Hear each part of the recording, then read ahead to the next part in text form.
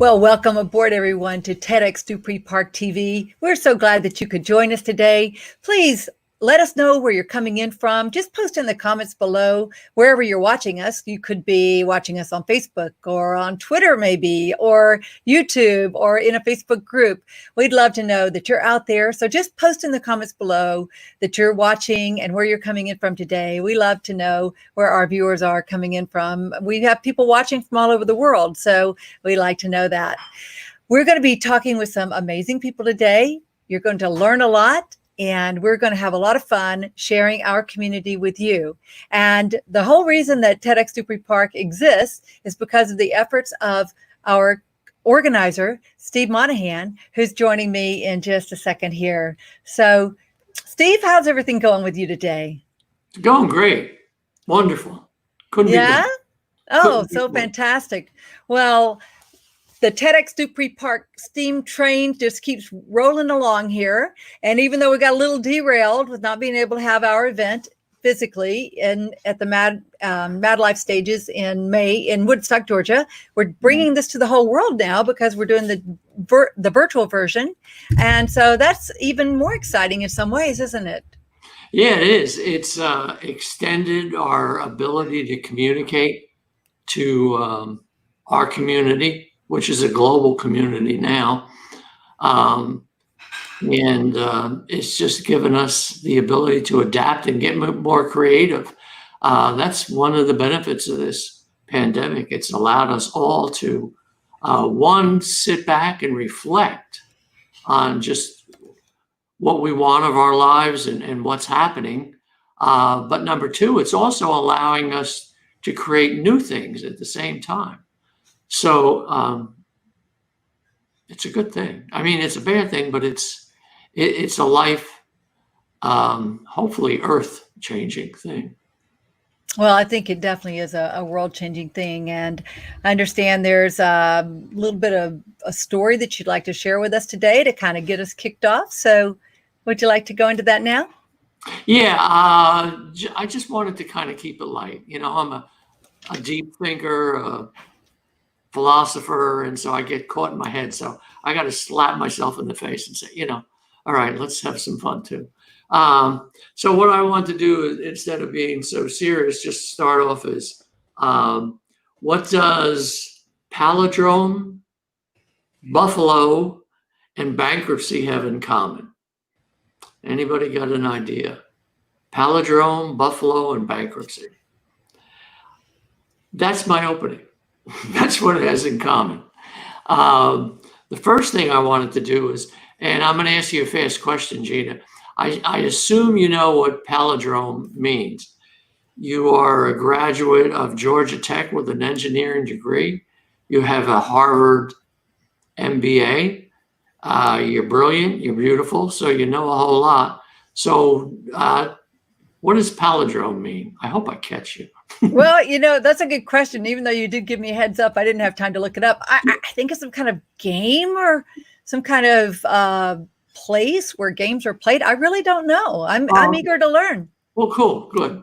Palindrome is a word that if you spell it, you can spell it forward and backwards. And it says the same thing. Like, let me give you a simple one, like a person's name, Otto.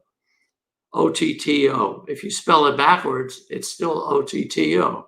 Or Anna, or Ann, or Bob, or Mom, or Dad. It's kind of a cool thing if you're sitting around with people and you try to come up as many as you can. Then you can get them into sentences. For instance, one sentence is, sit on a potato pan, Otis. And amazing, all those words, if you spell them backwards, it says the same thing. Sit on a potato pan, Otis. Or another one is, my owl ate my metal worm, and spell it backwards. And I know it's silly, but you know, it's kind of fun, especially at my age. You got to keep your mind active so that you don't lose it. And so it's a good word game to play with your mind too. But it's a good thing to play with friends. So anyway, that was the one thing.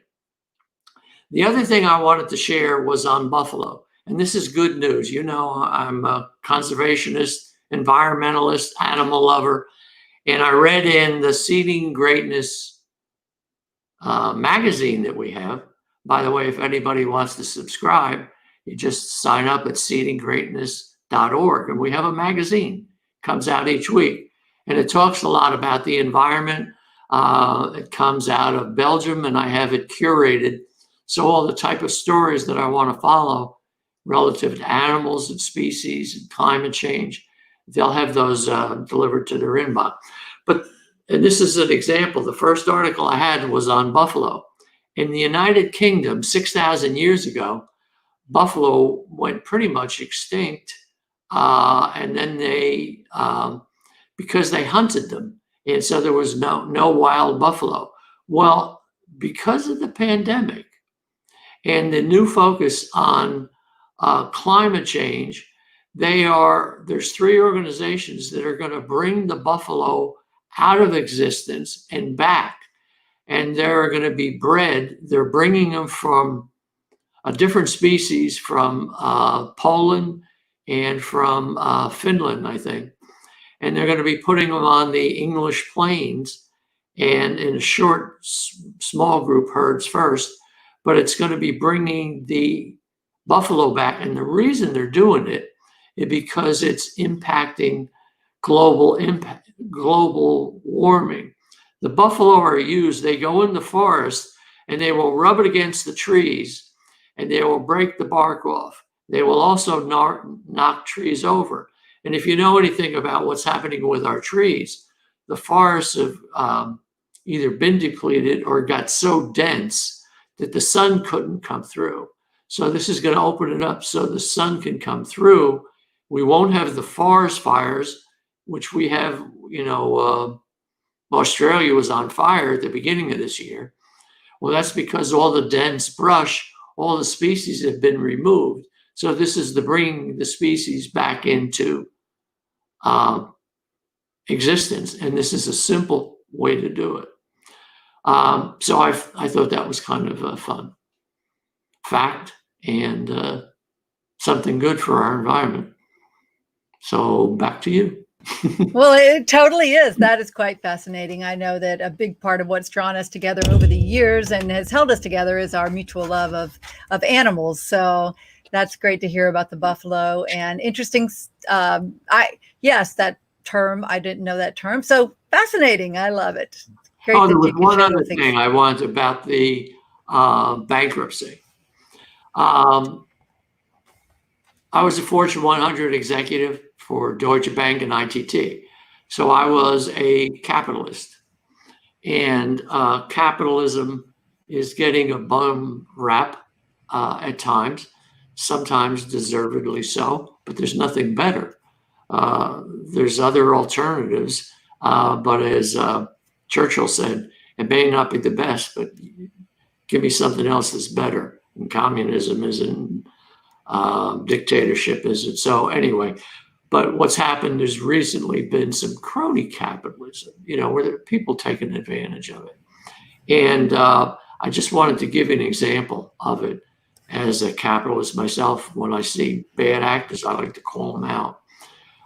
Because of COVID, there's a number of companies just this year that went bankrupt. JCPenney, Hertz, Chuck E. Cheese, Neiman Marcus, you wouldn't think, Whiting Petroleum,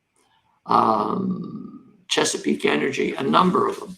And the thing that they had in common was just before they went bankrupt and said, we're not going to pay any of our debtors and any of the people that put capital in, they took $1 million bonuses, each of the CEOs. So they took the money out before the others would get their money back. That's the type of stuff that puts a tarnish on capitalism.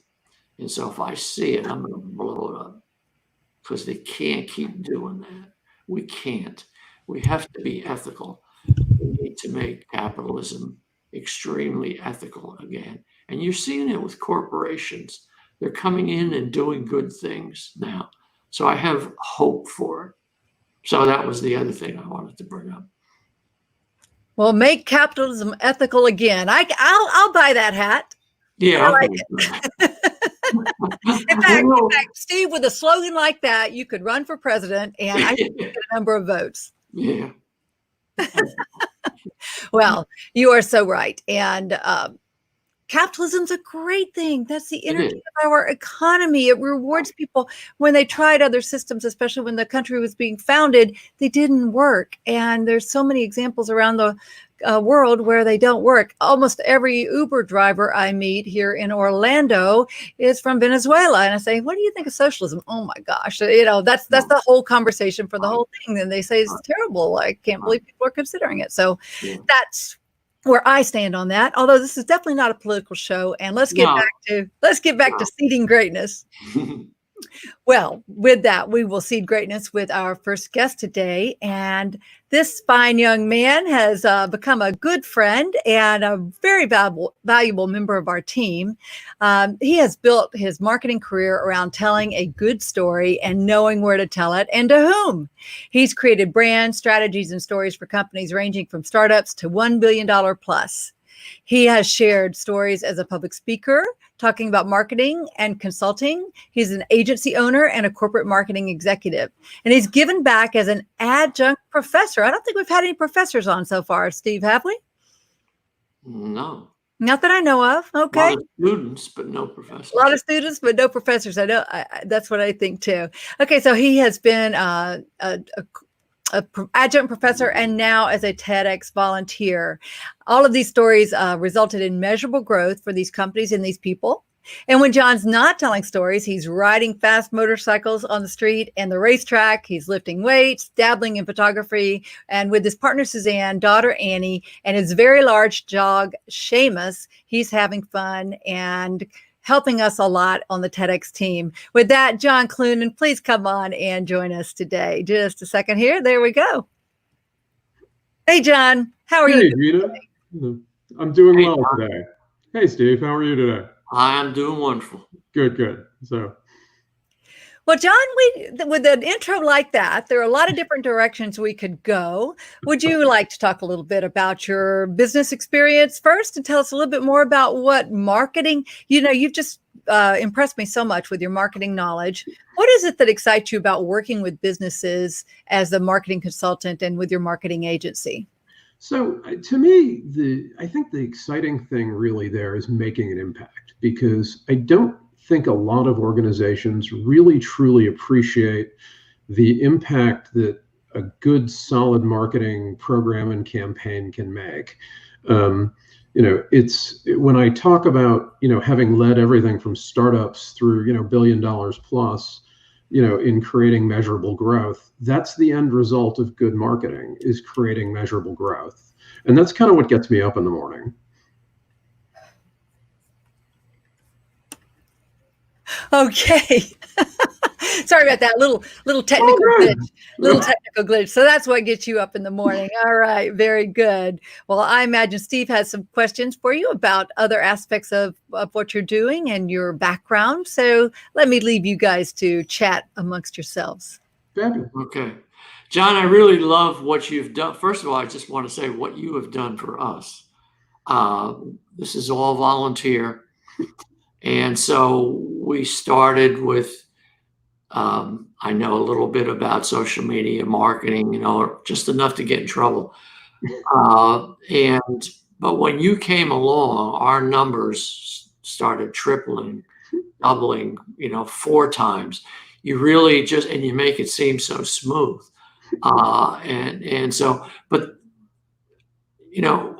We focus on corporations at the TED, but we also focus really on the local community.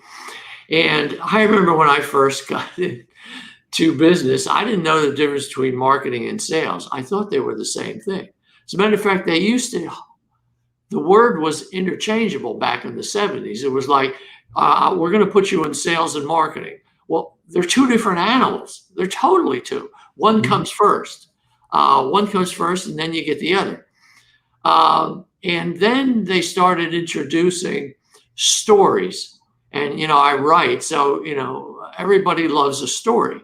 the Neolithic and Paleolithic caves. They've got all the stories written on them. So I'd like you to, for the locals that may not have had the opportunity to work in a corporation, explain for them the difference between, or weave the three together: stories, sales, and marketing, and how important. They're different things, but how important they are for like Angel at Six's Pit. Sure. So I'm going to do that exactly backwards from the direction that you went.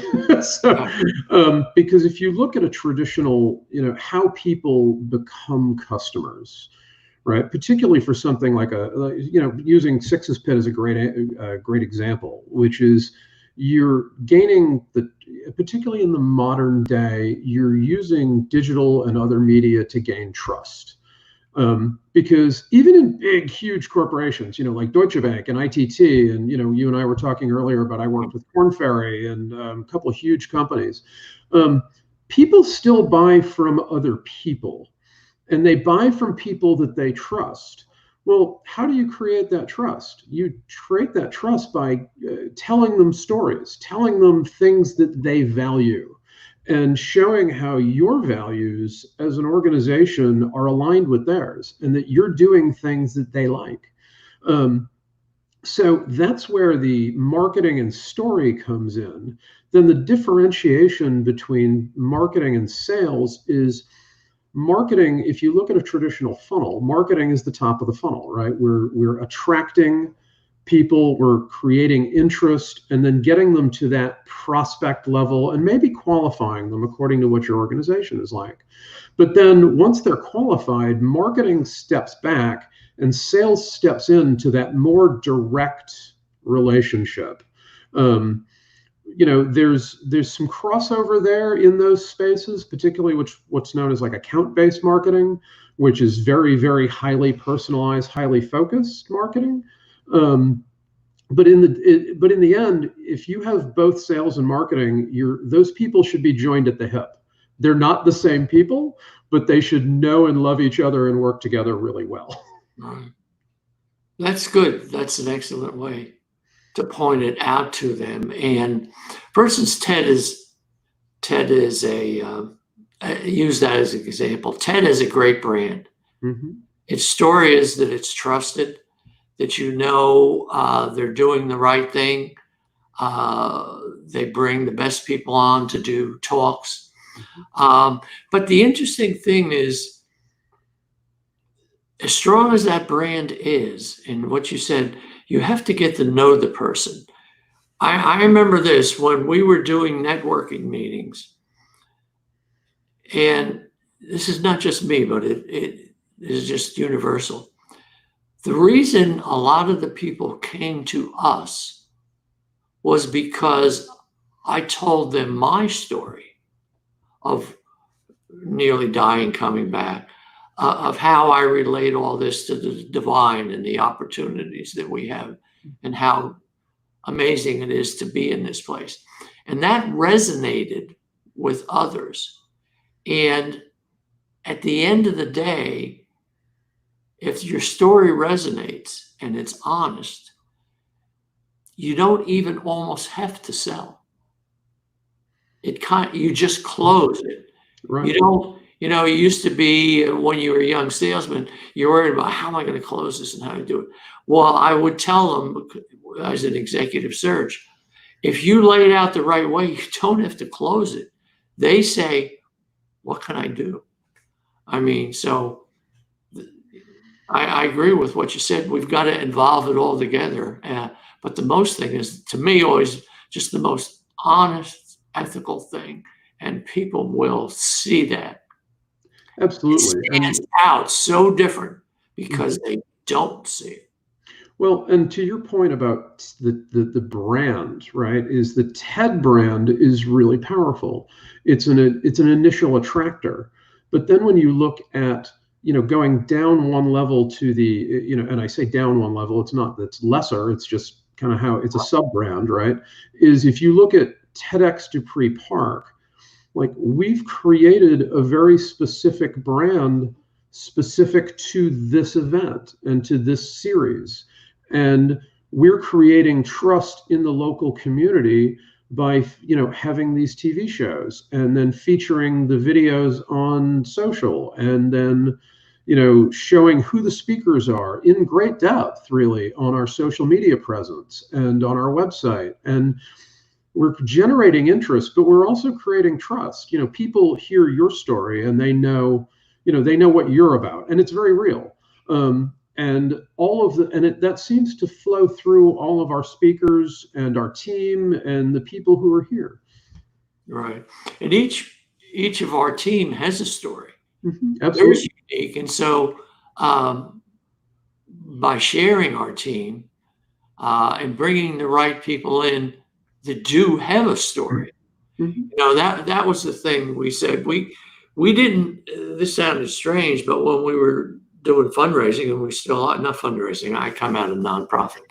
I don't come out of it, but I mean, that's what I have a nonprofit. So I always say that.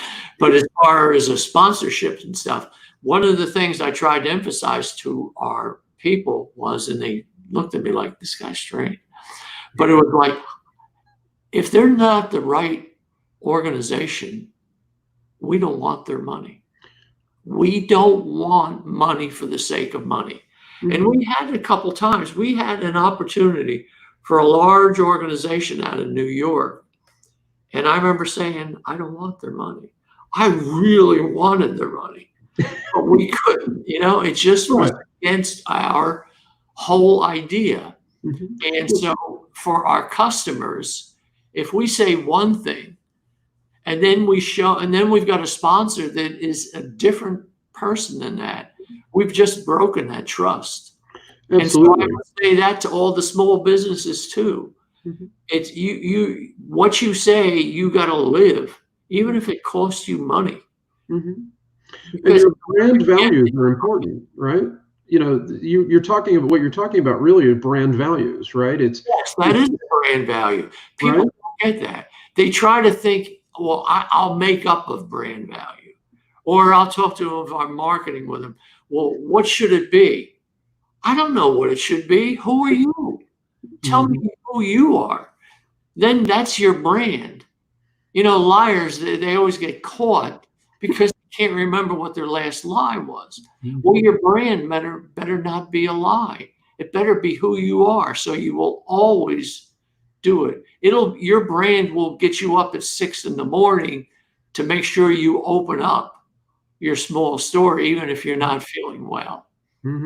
It's those type of things. Absolutely. And those values, because I've created and recreated a lot of brands over the years. And those brand values, they have to be authentic and real, but you don't create them. What you do is you find people to discover them, and then you put them out to the world. And if they're not real and authentic, people will know. It becomes very clear very quickly if your brand isn't authentic. Right. So I guess what you're saying, so people could understand, because it's very good. You want to start a business. You start a business because you have a passion for it. It's because something you love. Hopefully, it's not because I want to make a buck. Gina and I, we sold businesses, and 80% of the businesses failed the first year. So, I mean, just for making money for money's sake, isn't it? So they come out, they have a passion, they have idea, they have a skill they like, there's something they love, like bicycles or whatever. So they start it. And you're right, they don't necessarily have the brand figured out. It's as they start relating with customers, you're right, the customers tell them what their brand is.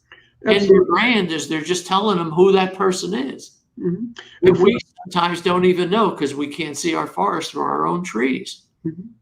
And for the soloist, or for the startup, initially your brand is you. It's what you believe in and what you value, and the things that are important to you. That's your brand. Right. Over time, as you bring others into that organization, that can shift.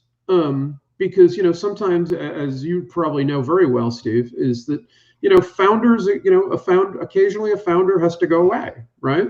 Or a founder will step aside and the broader culture of the organization takes over. Look at Steve Jobs. Yeah. What's that? Steve Jobs. They brought in, and they brought the guy from Pepsi in, didn't have the same heart as him, and Steve Jobs was back again. Absolutely. So Absolutely. that's a good example, I think. Yes, most definitely. And that's, and I think that, that's something, and I'm going to give you a little compliment here, is that's something you've done really well here, is if you look at the team that is here, it's a great reflection of the values of the TEDxDupreePark organization. We're all passionate about what we're doing here, and about sharing these ideas and seeding the greatness, and getting this out to the world. And it's been a great experience. So right. It's been fun, and it is diverse. We're all different. We're all different. And the things we do, the lives we live when we're not working, they're all different. I mean, just Bhavana Mutha. Bhavana, there's an example. She's from India. She's a woman. She's a pharmacist, and she's on the team. Gina, is an MBA. She's from here. She's got the, Harvard and all that. We're just, Mike, all of them. Everybody is just so different. But we have one thing in common. We care about people. We care about animals. We care about doing a good job. We care about saying, if we're going to do it, we will do it. I tell people when I've got a friend, be careful if you want to be a friend, because you're going to be a friend for a long time. Excellent. So, I look forward to that, Steve.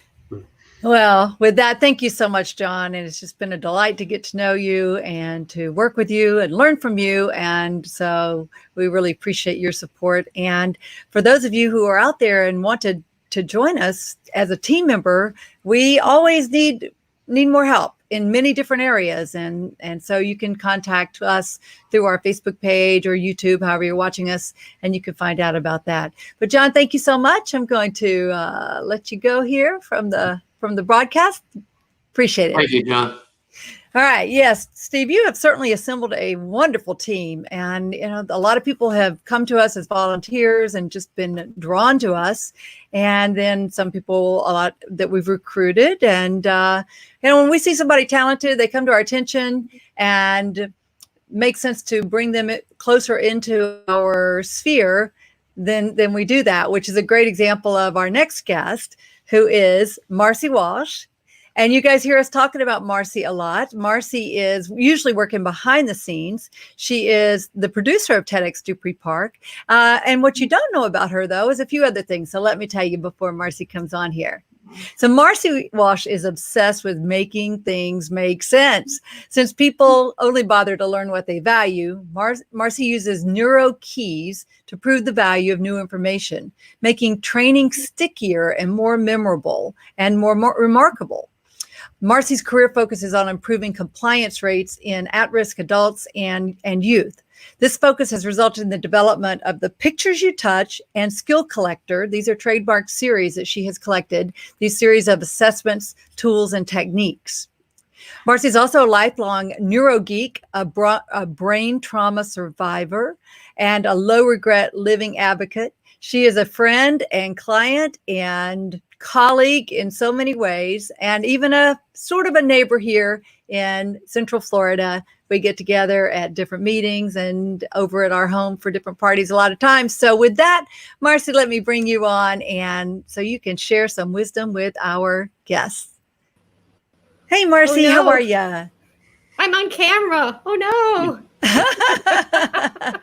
So different. You're usually behind the scenes, making all the magic and keeping things running on time and making sure that everybody sounds good and looks good. So thank you so much for your contributions to the TEDxDupreePark team. It has been fun. I accidentally tripped over y'all, and you haven't been able to get rid of me since. Well, it's rare that we have someone who is so dedicated. I know you make a lot of sacrifices to be with us every week because you are dedicated. What is it that keeps bringing you back and you say, no, Gina, you don't need to find anybody else to help me out. I'm okay. Why do you like being part of the TEDx Dupree Park team so much? Well, of course, TEDx has made a huge difference in all of our lives. I have the app on my phone. I watch a TED Talk every single morning. That helps to expand me mentally. And as a brain injury survivor, having my brain think in a lot of different ways, seeing a lot of different perspectives is really, really good for me. It's good for all of us. But for someone who has been taken back to ground zero, by their mental equipment, you really start to value things like that. So when you were involved with anything affiliated with TEDx, Gina, I immediately applied to speak, was not able to get on the roster. There were so many amazing people who applied. However, I had the opportunity, tried to coach, that didn't work, was able to help out with production, so I grabbed it. Well, that's a sign of a good team member. What we look for is people who are tenacious. Yes, tenacity. You know, and multi-talented. I mean, you Yeah. could have done either one of them. Well, you keep throwing it against the wall, Steve, and you see what sticks. Yeah. Enough S against the wall, see what happens. But Exactly. no, I mean, you really got, so many talents. Let me just ask you, Sure. Gina just read off an alphabet soup of words. Some of them I couldn't figure out. But in the essence, when it really gets down to it, what are you doing to change it? How has it changed people's lives? And how has what you're doing changed your life? Well, it all started, as it does for many of us, with trying to figure out how on earth to communicate with kids. And I used to work with 40,000 teenagers a year. And you learn within about 15 minutes that if you can't make an emotional connection with them, I always carry one of these around, an extra one, just in case mine isn't working. If you can't make an emotional connection with a teenager, you're dead meat within 5 to 10 minutes.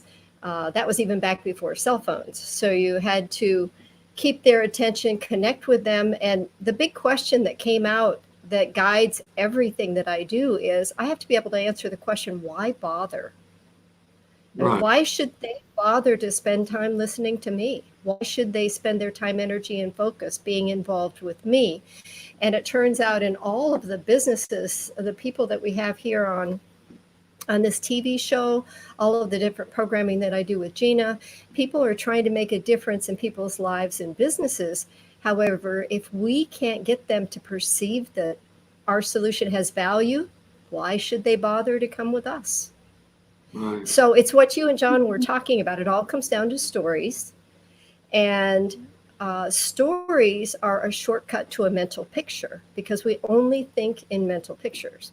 We Right. use all these words, we use written symbols, and our brain has to work so hard to turn them into a mental picture that makes sense.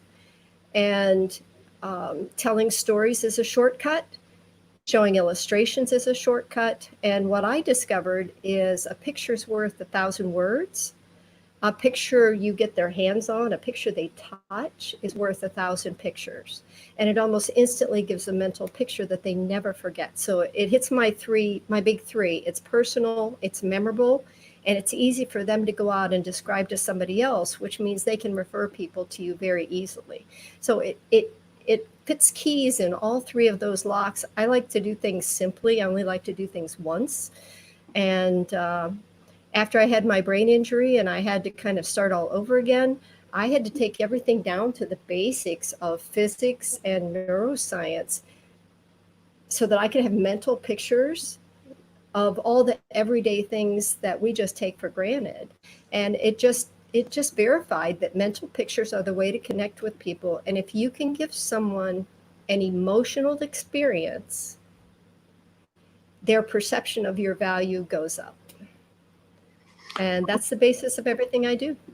Who do you typically work with? I really don't understand. Your client. Are these business people that are trying to figure something different, or are these kids that have learning challenges, or adults that have had brain injuries? What?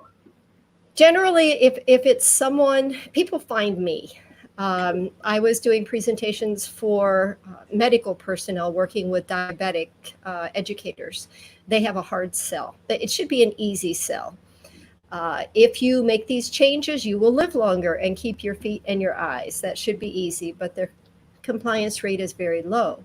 So we found a way to get their hands on a picture of life as a really long process, and that if they make a change today, they'll have many, many options. See, my definition of success is different than most people. My definition of success is having lots of options. If I have lots of options in the different parts of my life, I consider myself a success. And when people can see that their current path is narrowing their options, it's visceral, it feels bad, and they say the magic words. They say, what do I have to do? Then the door is open, and they can important information you have to say. Until they say those words, they're not really listening to you. They don't have a mental picture of the process they're in, where they are, and the horrible, awful, terrible things that are going to happen if they don't change their behavior. Unless they feel that emotionally by getting physically and visually involved in your presentation, you're just doing the Charlie Brown, wah, wah, wah, wah, wah, and they're not listening. Okay. So stories will catch them, pictures will catch them, pictures you touch will really grab their attention. So diabetes educators, financial planners, anyone who is trying to get somebody to do something that they need to do for self-care, but they don't want to. Right. Yeah. Eat healthy. Not drop out of school. Yeah. Save Read money. more books. It was an interesting book in person I've been following is, we all follow certain archetypes, Jungian archetypes.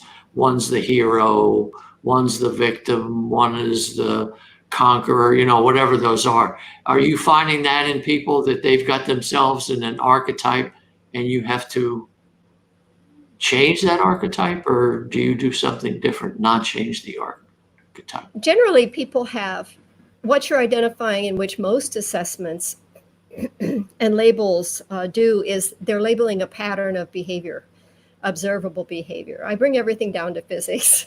So people create their impression of you based on your observable behaviors. And they watch you and they see what are your patterns. And when we develop self-awareness, it means we have started to look at our own patterns, either through the eyes of others or through using some of these assessments. And that self-awareness, we may label it with a label like that. They may use things like DISC.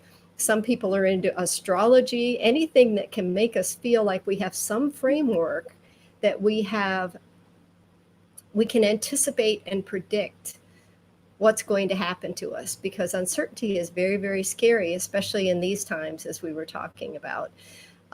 Whenever things are uncertain, our mental friction level is low. If you go like this really, really fast with your hands, what do you feel? If you take your hands and like that really, really fast, Steve, what do you feel? Heat. You feel heat, right? And you can't feel alive. You cannot create or destroy energy. You can only change it from one type to another. Right. So that means if you're creating heat energy, you're losing moving energy. So if mental friction is going on because the way you're behaving doesn't match how you believe you are, it's cognitive dissonance. Anytime you create mental friction in somebody else because you've made them uncertain, the picture isn't clear, the story isn't clear, they're going to slow down and not do business with you. People move towards things that have value for them, and they move away from things that they don't feel are worth their time, energy, and focus. Those are the only assets that we have, time, energy, and focus. So the label I came up with is low regret living. In other words, pardon me? Say that again. What is it? Low regret living. Oh, okay. All right. Not no regrets, but low regrets. Well, I would never claim that. I don't see 100% of anything. I see 98% of the people you work with are human. So these techniques will work with them. I would never go with 100%. So these techniques, anywhere from financial planners, medical personnel, I can't count the number of conversations in ladies' restrooms I've had, because I've mentioned it's possible to have low regret dating. And women go, is that possible? I can't believe that's possible, that I can know the process I'm in, where I am, and the choices I need to make. It's the shift from short-term thinking, Steve, to long-term thinking, which is one of the topics that we keep continually talking about on this show. Right. That we need to think long-term about things. However, since about the 50s, we don't have a mental picture of life as really, really long. Right.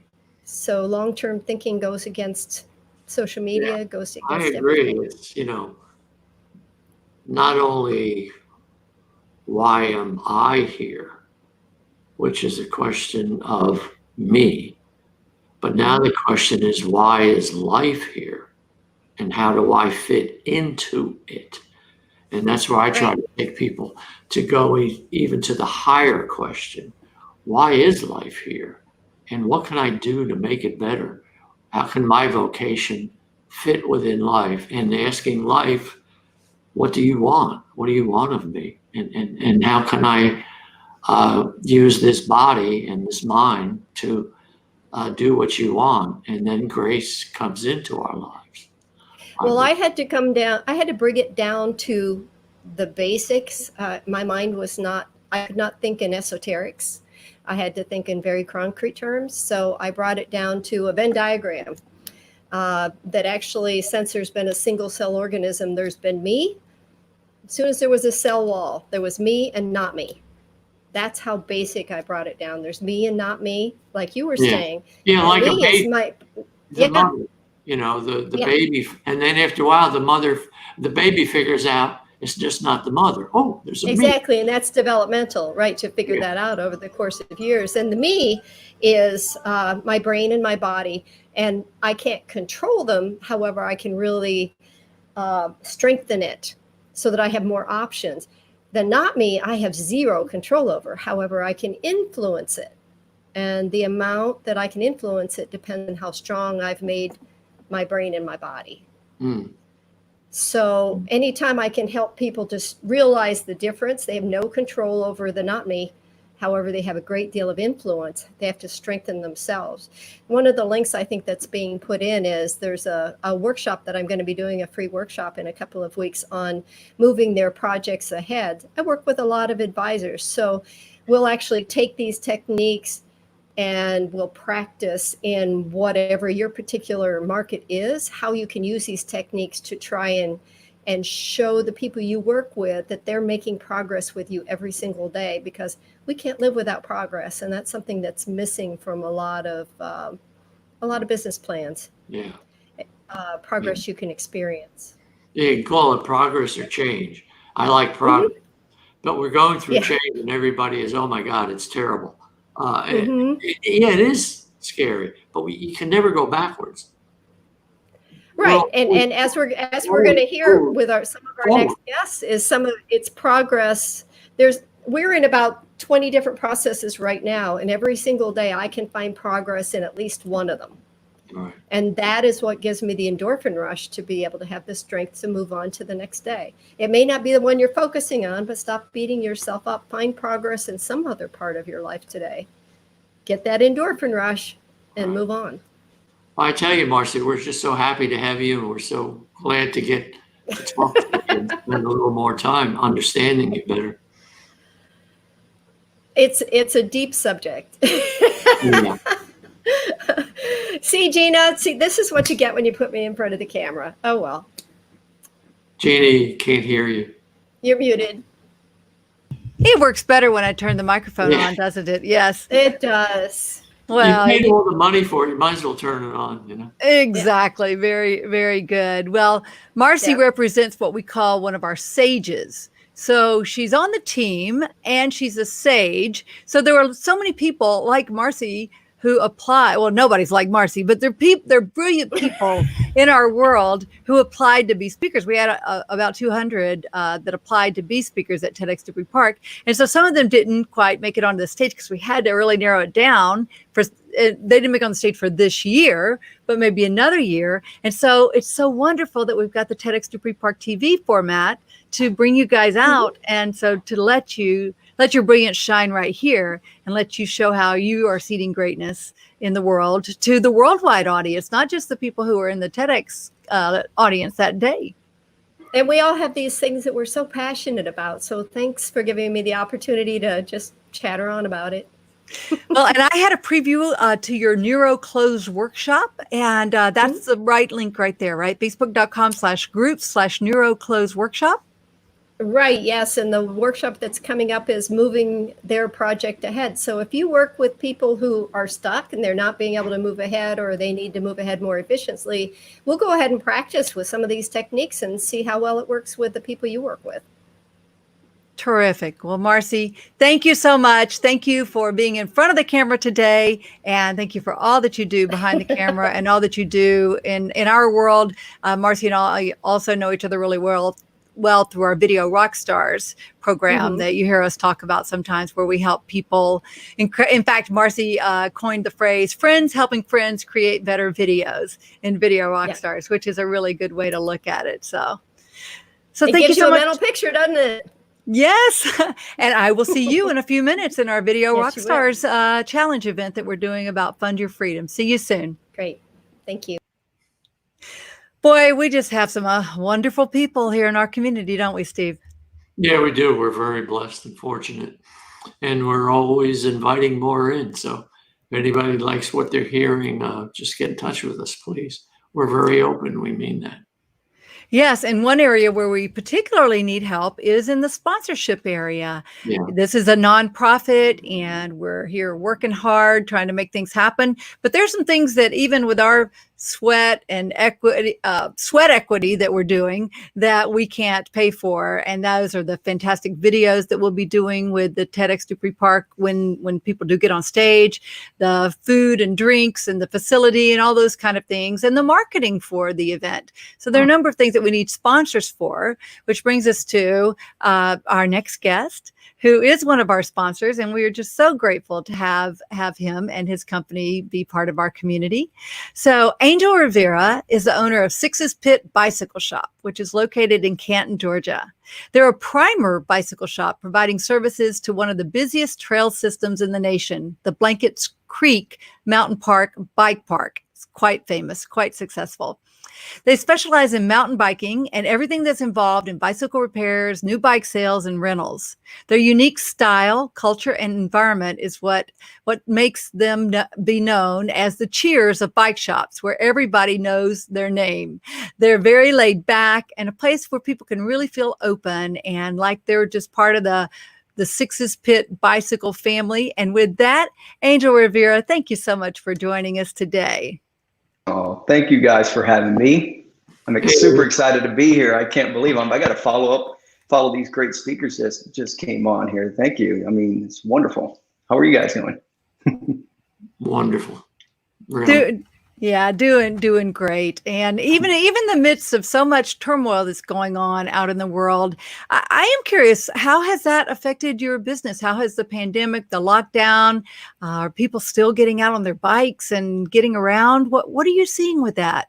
That's exactly what we're seeing. We're seeing more and more people coming out and getting out and getting on the trails and wanting to be active. It's just like Marcey said, and Steve, this is something good that's coming from this. And I've said it from the beginning. I think a lot of people focus on a negative aspect of it. This is a shift and something good that's happening. It's making people, come out, look at the sun and connect in the best way they can in order to do something different from their norm. But tell us a little bit more about this environment that you've created at your shop. Where do you literally think of your shop as the cheers of the bicycle world? Is that sort of a persona that you wear? It's kind of a culture we try to create, and we try to make it as organic. Like we were, some of the speakers were speaking earlier about, when you create your marketing platform, and it's a tool that you're using to attract what your customer, your clientele, you don't want it to be forced on. You want your company, your image, who you are, to kind of bring that energy of people towards you. So you want it to be like an organic growth. So that's kind of what we did. We created a culture. And of course, it starts with the crew that I have, you know, my guys, and them having the same mindset to have that organic growth. And I think people and the customers and the clients that come in, they feel and feed off of that. So that's what's been helping us, and it has naturally and organically created the culture that we have that makes it the Cheers of Bike Shop, where everybody knows your name. It's not just a place where people want to come out and obviously get their service done for their bikes. They literally want to hang out and chat. So we've created that, and we just go with it, and it's a fun place to be all the time. If it doesn't become fun, then we'll stop doing it. Right. You know, the bike trail system that we've got here, and I'm about literally 8 minutes away from you. I saw you the other day when I was at Alessandro's picking up a pizza. You were out there, and there was a tent outside. So, I mean, you know, you guys always got something going. How long you been at this? And are you from this area? I'm from Jersey and New York. Are you from that area, or are you? I'm not. What's up here? What's up with me? Okay, well, I've got a kind of a interesting background. I mean, I'm half Cuban, half Puerto Rican, married to a Dominican, beautiful woman, and I'm originally from South Florida, and moved to Georgia maybe almost 15 years ago. The culture down in Florida is a little more kind of mixed, and a little bit more of that West Coast mentality. We're more the laid back. So coming here and seeing that, you know, maybe there could be a potential opportunity for that kind of culture within the cycling community was the main focus. So, yeah, we used to, when our kids were young, we lived in Florida. And so you're right, it was, you know, Fort Lauderdale Beach, nice. And that's then where I'm from. Deutsche Bank, one of the, I had Puerto Rico is one of the countries that was involved with, and I loved, you know, just the happiness of the Puerto Rican people. When I go out there, they would just, I would be like a different person. I mean, just having fun. You Absolutely. know, South Florida, you know, we would go and have the cappuccinos and different things. It's just the way to live.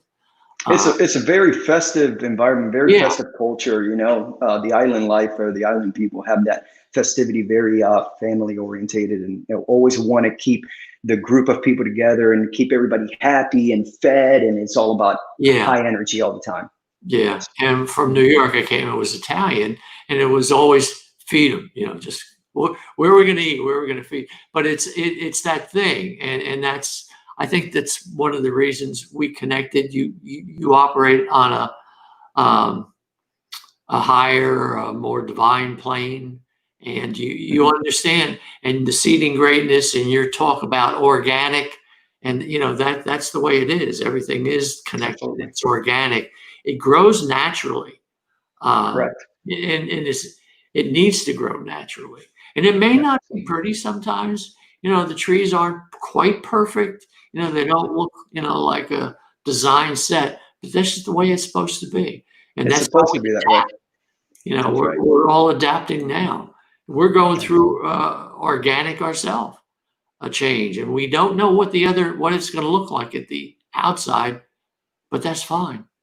You know, that's exactly right. We have to have appreciation for both sides. They're both sides are there and designed to teach us in order for us to evolve. You're absolutely right.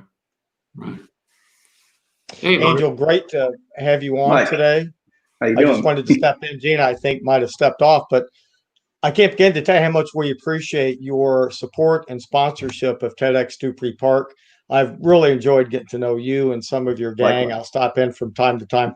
I find you're rarely there, but there's always somebody there. And each time I walk in, I am met with a smile, just like I'm walking onto the set of Cheers. So thank you for what you're doing for the community and how you're helping us with TEDx Dupree Park. Absolutely. I'm happy to be it. I mean, I'm a big fan of the TED Talks. I watch plenty of them. And when I heard you guys were in town, I wanted to be a part and help in any way that I can. So thank you. Yeah, you signed up at the first event we had. Yes, Alma Coffee, right? Alma Coffee, yes. I remember meeting you, had your bicycle hat on, came over to me and always have a hat on. I thought, you know, this young guy, he gets it. So It was fun. Yeah, And well, that seems like a million miles ago. yeah, It does. It does. Yeah. And well, maybe it's like an extended stay kind of thing for us. We're just lingering around. yeah. Yeah, we're going to keep pressing on and continuing with Seeding Greatness. We want to also, part of our focus is helping to promote and develop the city of Woodstock, Cherokee County. One of the things you mentioned, Angel, of course, the bike and trail system, which is absolutely fabulous. It's unparalleled in the Southeast. We've got so many neat things that are going on in Woodstock and in Cherokee County. It's been terrific to be a part of this and try and include as much of the community as we can. Steve and I been meeting at a local coffee shop for years talking about doing something. He's the man that actually did it. But this whole thing germinated from the notion of tapping into the energy and the vibe of the city of Woodstock, Cherokee County, all of the great things that are taking place and the great people that are continuing to find out about us. Absolutely. We wish we could have had the name Woodstock. And that's kind of a strange story, but there actually is Woodstock in India. Mm-hmm. So, and they were putting a TEDx on. They did one the year before us, and they're doing one this year. And I think, I'm not sure, but I think Chris Anderson, the one that runs TED, I think he may have gone to that school. It's at the foothills of the Himalayan mountains, and it's just an amazing school. So that's how we wound up with the name Dupree Park instead of Woodstock. But maybe we could figure a way to get Woodstock in there next. That would be pretty I'll cool. work on that one. I'll tell you this, the one thing that's resonated through this particular session of TEDxDupreeParkTV is the nature and power of stories and how stories set the table for what you can or cannot accomplish. And the other theme, of course, is we adapt. As human beings, we're always hit with the unexpected. Every day brings something new, and we continue to adapt. And there are good things coming out of what is taking place. There's still a lot of good going on, not only in our local community, but here in America and across the globe. And TED and TEDx independently produced events are part of that. Excellent. Absolutely. So is Gina around, or what's going on here? I think we're done for the day. There There she she is, back. And I'm here, but I'm having, oops, yeah, You're we can on. hear you. you can't hear me, right? I can hear you. Yeah, we can hear you. Okay. Well, let me just say thank you guys so much for participating today. Thank you for being part of TEDx Dupree Park TV. And I do have to get over to another show right now. But thank you, Angel. Thank you, Stephen. Thank you, Mike, John, and Marcey, everyone who has joined us. It's just been a wonderful experience. Steve, was there a final comment that you wanted to close out with? I'm going to hold that till next week. You need to stay tuned, but we do have a big announcement. Okay, very good. I'm hearing both shows at once, so it's a little difficult. All right. Take care, everybody. All right. Bye-bye. Thank you. Bye-bye, guys. Great show. Bye-bye. Bye.